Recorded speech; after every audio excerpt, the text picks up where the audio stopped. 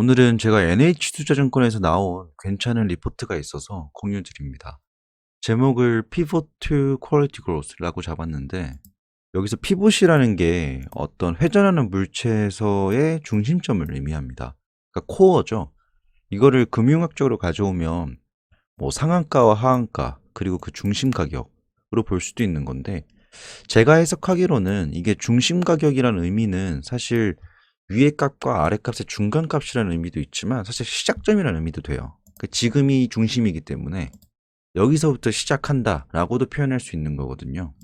그래서 이 리포트를 읽어보시면 받는 느낌이 피보트 퀄리티 그로스라는 게 질적 성장의 중심 부분, 중간 부분이라는 뜻이 아니라 지금까지는 양적 성장을 만들어냈기 때문에 앞으로는 이제 질적 성장을 만들어가기 위한 시작 부분에 와 있다. 이제 질적 성장 해보자. 이런 의미입니다. 그래서 막 엄청 긴 내용도 아니고요. 꽤나 괜찮은 내용들을 좀 펼쳐놨습니다. 그래서 이거 한번 쭉 읽어보시면 좋을 것 같아요. 일단 이 리포트에서는 LG엔솔과 삼성 SDI, 그리고 에코프로비엠, 포스코 케미컬 이렇게 네 기업을 좋게 보고 있습니다. 아시다시피 이 기업들이 모두 신규 수주 및 증설 쪽으로 힘을 쏟고 있고, 뭐 매출액이나 이익성들이나 전반적으로 2023년부터 더 커질 거라는 것은 기정사실화되어 있습니다. 근데 여기서 변수로 내놓은 게 경기 여건과 보조금, IRA 관련된 내용들이죠.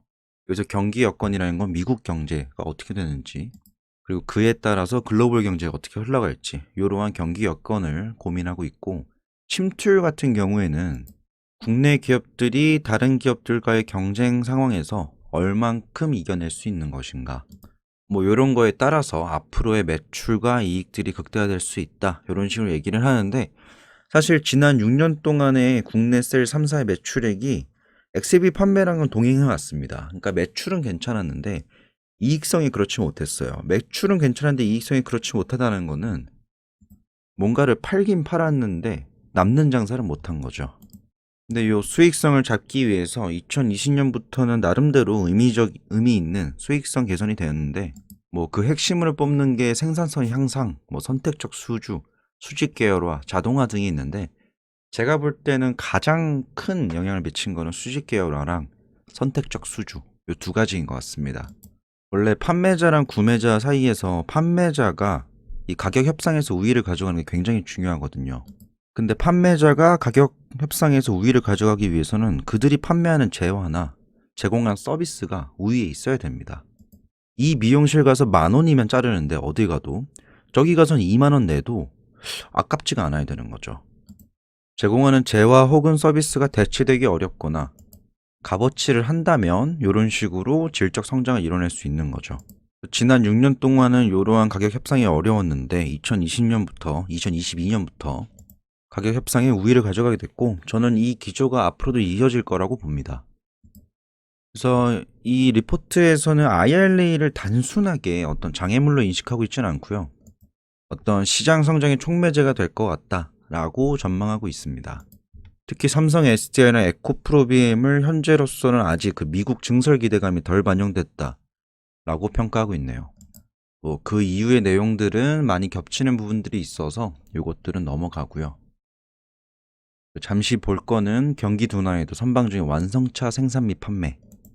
사실 자동차 업계의 업황을 파악할 때 완성차 판매량을 보는 것도 있는데, 뭐 재고량을 보는 게 조금 더 저는 정확하다 보거든요. 결국 자동차라는 게 생산을 하는 행위가 하나 있고 판매라는 행위가 따로 있잖아요. 그리고 생산한 게 판매보다 더 많다면, 혹은 생산한 만큼 판매를 못한다면 재고는 쌓여가는 거고, 반면에 생산도 적어지고 판매도 적어진다, 이러면 어떤 경기 침체를 예상할 수 있는 건데, 그렇다면 재고도 같이 떨어집니다. 그러한 현상들이 사실 2020년부터 미국 자동차 재고로 보여요. 이때부터 역사적인 하락을 나오기 시작했고 21년도 초에 최악이었습니다. 다행히도 1분기 때 바닥을 찍어줬고 2분기 때 반등이 나왔고 올해 3분기부터 정상화 과정을 밟고 있어요. 그래서 우리가 일반적으로 2차 전지를 볼 때 자동차 업계를 보고 전기차 시장을 보고 그 안에서 2차 전지를 보고 이 안에서 양극재, 전구체, 니켈, 코발트, 리튬 이렇게 순서대로 안쪽으로 미시적으로 들어가는 거잖아요. 제일 큰 틀인 자동차 시장은 이렇다. 그리고 미국 시장을 중심으로 보는 거, 뭐 우리나라는 우리나라니까 우리나라 시장 기준을 봐야 되는 거 아니에요라고 생각할 수 있는데, 사실 미국 시장이 제일 크고 결국에 지금 국내에 있는 메이저 셀 업체들은 다 미국 시장에서 승부를 보려 하기 때문에 이렇게 전체적인 틀에서는 이러한 상황이다. 물론 이 또한 그냥 자동차 업계의 문제뿐만은 아니고요. 전체적인 경기 상황에 따라서 요 재고율이 갑자기 또 하락할 수도 있긴 하지만 지금으로선 정상화 과정으로 가고 있는 것 같습니다. 그래서 단순히 2차 전지 시장만 보고자 하는 게 아니라 전체적인 어떤 전기차 시장과 자동차 시장을 보고 싶다면 이렇게 미국 자동차 재고 통계를 한 번씩 확인하시는 것도 좋을 것 같아요. 내용을 천천히 또 읽어보면 다른 나라에서의 뭐 미국, 유럽, 중국에서 우리나라 2차 전지 기업들이 어떻게 선방을 할 것인가 이런 것도 중요한 내용이긴 한데, 사실 미국 시장이 제일 커서가 원인이 아니고요. 이 시장 자체가 지금 우리나라 기업들이 들어가서 돈을 벌 게 좀 많습니다. 실제로 중국 같은 경우에는 내년 당장 다음 달이죠. 다음 달부터 구매 보조금 지급을 중단할 거고, 중국도 지금 경제가 좀 어렵죠. 그리고 독일, 프랑스는 2023년부터 단계적 축소할 거고, 영국은 2022년 6월에 이미 종료를 했습니다. 근데 미국은 이제 IRA로 오히려 주겠다라고 하고 있어요. 그래서 지금 기업들이 다 이렇게 미국 쪽으로 넘어가가지고 어떻게든 장사를 해보려 하는 거예요. 아직까지 국내 셀 3사의 북미 캐파 비중을 보면 에코프로비엠이래. 삼성 SDI는 아예 0%입니다. 그러다 25년도부터 13%까지 늘릴 예정이고, 나머지 LG에너지 솔루션이 올해까지만 하더라도 22%, 그리고 SK온이 13%입니다. 그러니까 3사 합산해봤자 지금 35%인데 이걸 2025년까지는 다 합쳐가지고 요 정도 만들겠다라는 목표치가 있습니다. 뭐 그 이후에 이런 통계 자료 같은 것들은 따로 보시면 될 것 같고, 중요한 내용 같은 경우에는 대부분 다 이제 2차 전지 기업들은 증익 기조를 이어갈 전망으로 보고 있는데, 일단 2022년 적자로 기록이 될 것 같아요, SK온은. 근데 SKI 테크놀로지는 2023년부터 흑자 전환을 예상되고 있습니다. 그리고 환율, 메탈 가격 추이 등 감안시 판가가 줄어들고 출하량 및 수익성은 늘어난다고 표현이 되어 있는데, 사실 저는 환율과 메탈 가격의 추이 자체가 아직 자리 잡았다라고 보이진 않고요. 지금 가격이 굉장히 불안정하기 때문에 요거로 아직은 어떤 이익성이 극대화된다라고 보긴 좀 어려울 것 같고요. 이 변동성이 얼마나 세냐면 얘네가 인식되는 그 이익성이 환율, 메탈 때문에 분기마다 달라질 수는 있겠다라는 생각이 들더라고요. 같은 매출을 만들었을 때 환율과 메탈 때문에 일시적으로 환차익으로 인한 이익성이 많이 줄어들고 많이 커지고 이런 현상이 보일 수도 있겠다라는 생각이 들더라고요. 뭐 주요 소재 업체의 영업이익 전망 중에서 가장 높게 평가되는 게 에코프로비엠입니다. 지금까지는. 특히나 이게 23년도를 전망을 했을 때 그 증가폭이 가장 다이나믹한 건 에코프로비엠이고, 그 다음은 볼 게 포스코 케미컬 이렇게 될 것 같습니다. 제가 개인적으로 좀 좋게 봤었던 기업인 대주전자재료 같은 경우에는 아직까지는 이 소재업체 내에서는 침투율이 높은 편은 아니에요. 저는 얘네가 나중에 무엇을 할 수 있을지, 나중에 어떤 포텐셜을 만들 수 있을지에 대한 궁금증은 아직 여전히 남아있는 편이고요. 뭐 여튼 에코프로비엠 내년에도 꽤나 큰 이익성을 달성할 수 있을 거란 전망이 지금 보이네요. 거의 2배 정도 이상으로 전망하고 있는데, 이것도 지켜볼 만한 요소인 것 같습니다. 여기까지가 중간 내용까지 온 거예요. 요 내용이 전 가장 중요하다고 봐서 여기서 잠깐 끊고 다시 이어가겠습니다. 지금까지 내용들을 보면 사실 오랫동안 뭘 했는지, 올해까지 뭘 했는지, 지난 6년 동안 매출은 좀 나왔지만 이익성이 안 좋았는데 22년도부터 갑자기 어떤 질적 성장의 기미가 보이기 시작했다. 그리고 이러한 기조는 앞으로 이어갈 수 있을 것 같다. 뭐 이러한 내용들이죠. 여기 나오는 게 사실 저는 가장 중요한 내용인 것 같아요. 물론 요거는 사람마다 받아들이기 좀 다를 수도 있는데, 대부분 다른 리포트들을 보면 이런 느낌을 받아요. 그래서 뭐 어쩌라는 건데 이런 생각이 들 수 있는데, 여기서 명확하게 말합니다. 우리는 요 정도의 기준 잣대를 보고 접근하고 있다. 사실 이 리포트에서 저는 가장 중요한 게, 적어도 요 리포트에서 주장하는 거는 LG엔솔, 포스코 케미컬을 제외한 다른 업체들, 그러니까 이 말은 얘네 둘은 밸류에이션 어떻게 될지 아직 잘 모르겠다, 확신을 못하겠다는 거예요. 근데 얘네 제외한 나머지 기업들 있죠.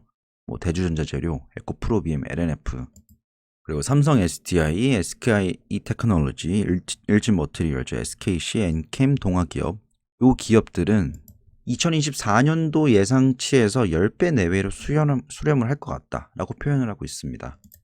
그러니까 지금 보면 얘네가 뭐 10배가 여긴데 위에 있는 애들도 있고 아래에 있는 애들도 있는데 요 내에서 좀 머물 것 같다. 10배 정도면 얘네의 평균적인 어떤 밸류에이션이 될 것 같다. 여기서 좀 잘 나가는 애들은 10배 이상 가겠죠. 그러면 이런 질문을 할 수 있잖아요. LG엔솔이랑 포스코케미컬 걔네를 왜 빼? 왜냐면 얘네 둘이 제일 중요하잖아요. 비교할 때. 예를 들어서 포스코케미컬 같은 경우에는 에코프로빈 LNF랑 비교를 해야 되죠. 보시면 이게 기준치가 양극재, 실리콘, 셀, 분리막, 동박, 전해액 무슨 일을 하냐에 따라서도 구분을 해놓은 거예요. 세로로. 그럼 포스코케미컬 같은 경우는 에코프로빈 LNF를 비교할 때 필요한 대상이고 LG에너지솔루션 같은 경우에는 삼성 SDI랑 이렇게 비교를 해야 되는 대상인데 얘네를 왜 비교 대상에서 빼냐 했더니 얘네는 제한적 유통 주식수 영향으로 업종 평균 대비 밸류 프리미엄이 있다. 그러니까 지금 주식이 풀려 있는 게 적기 때문에 그것 때문에 얘네가 저평가 받을 수 있다라고 표현이 되는 거죠. 하지만 요게 24년도 기준이잖아요. 근데 시간이 지나면 어차피 요 유통 주식 수가 그렇게 밸류 프리미엄을 형성하지 못할 겁니다. 밸류 프리미엄 형성하는 거는 그 주식이 멀쩡하게 잘 나가고 향후 계속 성장을 한다면 밸류 프리미엄 줄어듭니다. 계속해서 거래가 되고 중간중에 유통 주식 수 늘어나고 증자를 하게 되거나 뭐 이러한 기타 등등의 여건들에 의해서 요 밸류 프리미엄으로 인해서 얘네가 비교가 좀 어려워지는 거, 이런 현상은 24년도 전까지 해소가 될 겁니다. 이 말은 즉슨 이 전체 기업들의 기준 EV, EBITDA가 잡힐 거란 말이죠. 그래서 여기서 주장하는 거는 이렇게 지금은 양극재, 실리콘, 셀, 분리막, 동박, 전해액 이렇게 나눠놨는데 그건 얘네 각각 따로따로 어떤 구분을 해야 되냐? 그것보다는 오히려 각자 얼마나 수주를 만들어내고 실적을 만들어내는지에 따라서 밸류에이션 하는 게 좋다라고 그렇게 초점을 맞추고 있죠. 여기서 중요한 게 이거예요. 이 변수에서 가장 중요한 EV, EBITDA가 뭔지를 설명을 해야 되잖아요. 사실 EV, EBITDA를 설명을 하려면 영상을 아마 하나 더 찍어야 될 수도 있어요. 그래서 제가 이거 최대한 간단하게 설명을 드리면 저도 이걸 마지막 공부한 지가 이제 2년이 됐는데 얼핏 기억이 나는 대로 다 설명을 드릴게요. 일단 엔터프라이즈 밸류를 EBITDA로 나눈 겁니다. 엔터프라이즈 밸류라는 거는 기업의 가치입니다. 근데 이게 기업의 가치가 일반적으로 우리가 어떤 회사는 얼마 정도의 가치가 있어 라고 이야기를 할 때 크게 표현하는 방식이 PER과 PBR이잖아요. PER은 이익성 관점에서 이 회사는 요 정도 배율의 가치를 가지고 있다. PBR은 자산 관점에서 보는 거잖아요. 근데 요 엔터프라이즈 밸류는 이익만, 자산만 보는 게 아니라 이 회사를 만약에 누군가가 산다라고 했을 때 어느 정도의 가치를 매겨서 팔 수 있는가.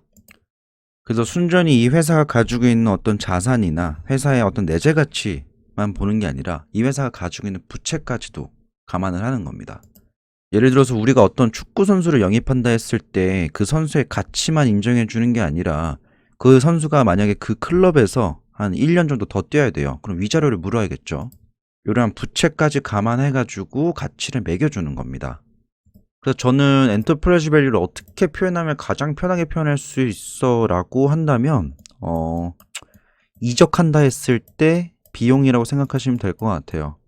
어떤 선수라고 생각을 하고요. 이 기업을 만약에 여기서 딴 데로 넘어간다라고 했을 때 얼마 정도를 내야지 얘를 감당할 수 있겠어. 이런 게 EV입니다. 그리고 EBITDA라는 거는 Earning Before Interest, Tax, Depreciation 그리고 Amortization 이라고 해서 이자 비용과 텍스, 그러니까 세금과 그리고 감가상각비 이런 것들을 다 제외하고 원래 이렇게 표현을 해요. 어떤 회사의 이익성을 판단할 때 우리가 일반적으로 보는 이익들은 다 그런 겁니다.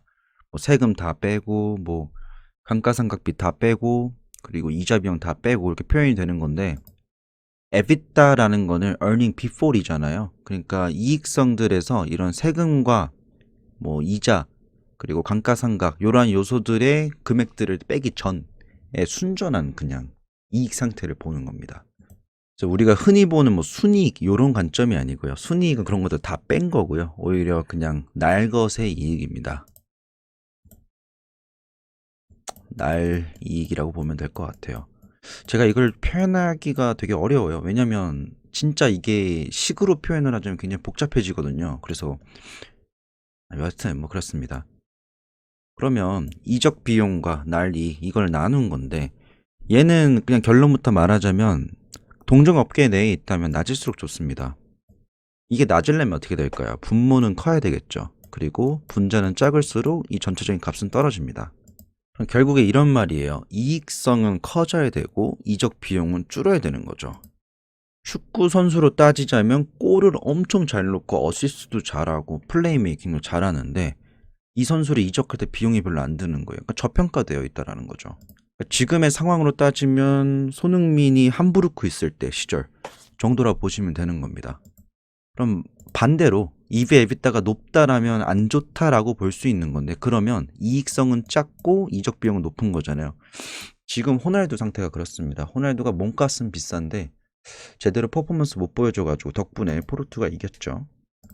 여튼 제가 좀 비유를 하느라 이렇게 좀 샜는데 여튼 그렇습니다. 낮을수록 좋다. 특히나 이 동종 업계 내에서 기준을 잡았을 때는 낮을수록 좋고 지금 2차전지 이런 섹터별로 구분하지 않고 전체적으로 본다면 10배 정도의 밸류에이션을 2024년까지 예상하고 있는데 이걸 또 양극재 기준으로만 놓고 본다면 에코프로뱅 LNF는 비슷한 이익성 수준, EV 에비타 기준으로 둘이 밸류에이션 비슷하다.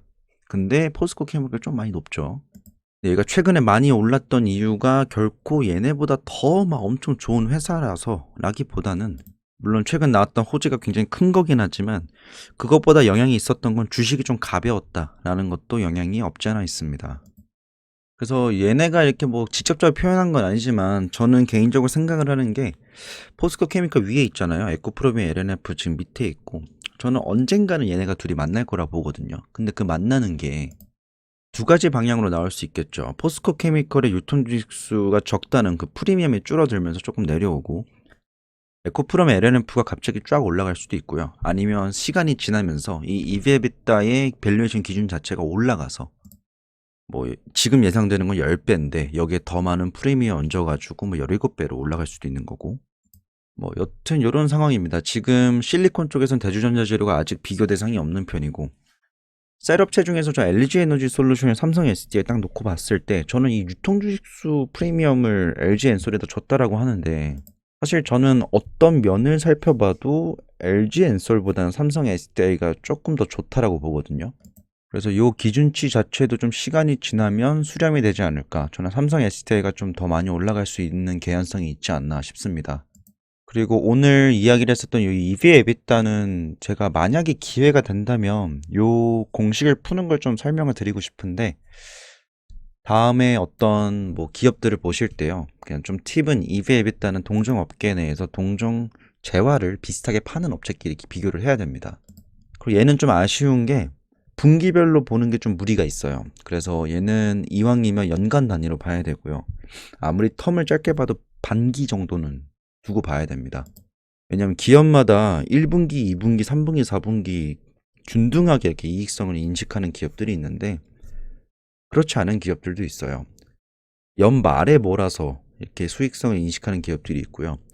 연초에 몰아서 하는 기업들도 있고 1년치를 몰아서 한 번에 인식하는 기업들도 있어요. 그러다 보니까 EV 에비타 상으로 보면 어떤 분기는 굉장히 저평가처럼 보이는데 어떤 분기 가보면 되게 고평가처럼 보이는 거죠. 연간 기준으로 분석하는 게 좋고요. 연간 플러스 앞으로 어떻게 될 건지 수주잔고에 따라서 얘네의 EV 에비타는 이렇게 될 것 같다. forward earning을 살필 때 굉장히 좋은 수치입니다. 여튼 이렇게 보시면 될 것 같고 이것 또한 다들 아는 내용이죠. 에코프로비엠, 포드나 SK온, 포스코 케미컬, GM, 삼성 SK온 여기에 다 SK온이 들어가죠. 그리고 뭐 양적 성장에 충실해온 지난 6년이라고 이야기를 합니다. 요게 앞에 나왔던 내용들을 좀 자세히 보는 건데 일단 근데 여기서 나오는 양적 성장에 충실해온 지난 6년이 전 되게 중요했다라고 보고 그래서 다행히 국내 셀사가 전체적인 시장 성장을 따라갔습니다. 매출액에서. 양적 성장은 극대화했는데 질적 성장이 아직은 못 나온 상태이죠. 지금 초입부에 와 있습니다. 그래서 그 원인으로 보면 뭐 초기 레퍼런스 확보를 위한 가격 정책을 통해서 시장에서 어떤 입지를 다정한 거고 다만 해외 공장에서 낮은 수율은 원인이 뭔지 잘 모르겠어요. 저는 솔직히 이거는. 뭐 다품종 소량 생산 체계 이런 것도 원인이라 하고. 근데 이거는 우리가 이제 뭐 어렵게 이해할 것도 없이 마트 처음에 열기 시작하면 막 소고기나 이런 거 싸게 팔잖아요. 그러다 나중에 그 마트에 적응이 돼 버려 가지고 멤버십 가입도 하고 막 이렇게 되다 보면 그 마트를 사용할 수밖에 없습니다. 가격을 다시 올려도. 그래서 전 지금까지 이러한 오픈 이벤트를 했다라고 보고요. 앞으로 해야 되는 거는 오픈 이벤트 그 이상의 것들을 만들어내야 되는 겁니다. 그러려면 국내 셀 3사를 포함한 아래에 있는 뭐 에코프로비엠, 포스코 케미컬, LNF 등등의 기업들이 지금까지 전단지 열심히 뿌렸으니까 좋은 상품으로 보답을 해야겠죠. 그래서 그러한 과정들이 앞으로 저는 2025년 그 이상까지 계속 남아있다고 봅니다. 그리고 아까 말했듯이 중국 정부가 내년 1분기부터 보조금을 빼요. 그래서 지금 현재로서는 CATL과 영업이익률 차이가 좁혀들고 있는데 더욱더 그건 줄어들 것 같고, IRA를 통해서 미국에서 보조금 때려주는데 중국은 멈췄다? 그러면 더군다나 힘들 텐데 해외 공장과의 수익률은 훨씬 더 우세해질 것 같고, 지금 국내 메이저 기업들이 대부분 다 큰 베팅을 때렸잖아요. KPX를 확실히 늘려가지고 요걸로 시장에서 입지를 꽉 다져가려고 노력하는 것 같은데, 이게 어떻게 보면 베팅이긴 한데 무조건 해야 되는 베팅이긴 합니다. 그리고 그 기업들이 대부분 어떤 KPX 증가율이 눈에 띄게 보이는 건 2024년부터, 빨라 2024년이고 2025년까지 이렇게 되어 있기 때문에 2020년대만 놓고 보면 정말 영업이익률 차이가 말도 안 되게 컸습니다. 그러다 중간중간에 이렇게 좀 따라오는 모습이 보이긴 했는데, 한 2022년 1분기부터 꽤나 유의미하게 따라왔죠. 그러니까 여기 이전까지는 진짜 그냥 물량 싸움을 했던 것 같아요. 이벤트를 열어가지고 어떻게든 고객들을 끌어모은 것 같고, 22년부터 시작이 되어서 앞으로 이게 추월할 수도 있습니다. 영업이익률이 더 극대화될 수도 있는 거고. 지금까지 세계 시장에서 중국 기업들이 사실상 그 벽만 없었다면 훨씬 더 압도적인 지위를 가져갔을 텐데, 우리가 IRA를 조금 안 좋게 보는 경향들이 있는데, 사실 저는 IRA가 오히려 더 큰 이득이라 보는 거는 덕분에 중국이 차지할 수 있는 자리를 어느 정도 빼앗은 건 맞습니다. 그래서 저는 2025년이 가장 큰 피크일 것 같아요. 그리고 요거는 IRA 영향 예상인데, 뭐 유예기간 부여한다, 원산지 증명제 시행한다, 세액공제 예산 항도 증액을 한다. 지금 유예기간 같은 경우에는 IRA가 가장 큰 문제인 거는 장기적으로 봤을 때는 이게 오히려 이득이 될 수 있는 건데, 당장 뭐 셀업체들은 괜찮을 수도 있는데요. 에코프로비엠이나 LNF 같은 기업들 기준에서는 당장 중국이랑 손을 떼고 걔네가 해주었던 정년 재련 이런 공장들을 다 북미로 옮겨야 된단 말이죠. 근데 이게 무슨 스타크래프트에서 그 기지 띄워가지고 옮기는 것도 아니고, 현실적으로 공장을 만들고 기존에 있던 공장을 대체한다 해도 이게 물리적인 시간이 필요한데 최소한 2025년이거든요. 그래서 저는 유예기간을 부여하는 게 맞다라고 생각이 드는데, 이거는 진짜 솔직히 잘 모르겠어요. 이 영향 예상이라기보다는 시나리오 3개인데, 워낙 미국이 뭐 다른 나라 기준에서 맞춰주는 편은 아니기 때문에 요거는 좀 두고 봐야 되겠지만, 뭐 두 번째 원산지 증명제 시행 요것도 지금 기준이 좀 애매하죠. 미국이 지금 강조하는 거는 미국 혹은 FTA 체결국에서 만들어진 광물을 사용해라, 뭐 광물의 일정 비율 이상 사용해라 이렇게 얘기를 하는데, 이 기준치 자체를 너무 엄격하게 보지 말고 요 정도면 봐줘 이렇게 넘어가는 거죠. 그리고 뭐 세액공제, 예산한도 증액 뭐 이런 것도 있는데, 사실 저는 IRA에 대해서는 이렇게 세부사항적으로 넘어가는 것보다 이거에 어떻게 각 기업마다 대처를 하는가에 초점을 맞추는 게 중요하다 생각을 하고요. 일단 지금으로서는 우리나라 기업들이 IRA가 최악의 상황으로 갔을 때를 염두에 두고 이미 대응을 하고 있어요. 그래서 아마 IRA가 조금 완화되는 기조로 넘어간다면 오히려 국내 기업들에게는 호재로 반응이 될 수 있을 정도로 좀 미리 쫄아 있습니다. 그래서 미리 쫄아 있는 게 저는 낫다라고 보고요. 기존에 어떤 얘기되었던 방식대로 진행이 된다면 이런 식으로 갈 테니까 이거에 맞춰서 대응을 미리 준비하자, 이런 식으로 좀 태도가 나오는 것 같고, 이러한 3가지 변경사항들이 가능하나 이게 아니더라도 사실 뭐 어쩌겠습니까. 우리나라 기업들의 어떤 기술력만 놓고 보면 국제 무대에서 갑이 될 수는 있는데, 사실 국제 정세에서 우리나라가 이렇게 갑이 될 수 있는 포지션은 아니기 때문에 이거는 좀 감안을 해야 된다라고 생각이 듭니다. 이 내용은 제가 처음 보는 거예요. IRA 히든 밸류, AMPC 얘기를 합니다. Advanced Manufacturing Production Credit 이라고 하는데, 이게 저는 왜 지금까지 몰랐는지 싶어가지고 요거를 한번 다시 더 확인할 건데, AMPC를 요약을 하자면 미국 내 친환경 부품, 태양광, 풍력, 인버터, 배터리, 핵심 광물 생산에 대한 세액공제 프로그램입니다. 이게 개정이 되면 일단 국내 배터리 업체 기준에서는 셀 35달러당 그리고 모듈 10달러, 양극, 음극, 동박 전액 원료 생산 비용 10%, 그리고 핵심 광물 생산 비용 10% 정도가 해당됩니다. 솔직히 저는 이걸 지금 당장 봐서는 잘 모를 것 같아요. 그래서 이 부분은 공부를 해봐야 될 것 같고요. AMPC가 실질적으로 각 기업마다 어느 정도 영향을 미칠 수 있는지는 따로 살펴보면 되게 좋은 내용인 것 같습니다. 당장 삼성 SDI 같은 경우는 여기에 해당 사항이 없는데, LG 엔솔이나 SK온 기준으로 봤을 때 AMPC가 만약에 반영이 된다면 단기 순이익의 108%, 92% 이렇게 얘기가 되고 있어요. 조금 아쉬운 거는 요 기준으로 봤을 때는 삼성 SDI가 AMPC로 인해서 벌게 되는 이익의 향상은 없다. 이게 가장 큰 아쉬움인 것 같고요. 다만 LG엔솔이 이렇게 크게 벌 수 있기 때문에 LG엔솔과 연계가 되어 있는 기업들 기준에서는 이게 큰 이점으로 다가올 수 있을 것 같습니다. 자, 그 밖에 기술 혁신들 내용은 지금 시장에 나와 있는 내용들이고, 요거는 천천히 읽어보시면 될 것 같고, 요게 아마 가장 희망적인 내용인데, 어펜딕스 2차 전지 주가는 궁극적으로 어디까지 오를 수 있을까? 여기서 표현하고 있는 게 점유율과 침투율 기준으로 얘기를 하고 있어요. 근데 저는 개인적으로 요 내용 자체는 사실 읽어보시면 기분은 좋을 수 있으나 사실 조금 붕 뜬 느낌이 드는 게 뭐냐면, 여기서 멀티플을 6배, 8배, 10배, 12배, 14배로 잡았잖아요. 이 멀티플 기준 혹은 요 점유율 기준 있죠. 요거를 둘 중에 하나 정도는 픽스를 해야 됩니다. 하나 정도는 고정을 시켜놓고 나머지 변수에 따라서 이렇게 변할 수 있다 하면 괜찮아요. 왜 그러냐면, 예를 들어서 10배를 기준을 놓고 10%, 15%, 20% 이렇게 바뀐다고 하면 이렇게 변경될 수 있구나 라고 보면 되는데, 각각의 변수가 서로에게 열려 있으면 여기 7개고 여기 5개잖아요. 그러면 합하면 경우의 수가 너무 많아집니다.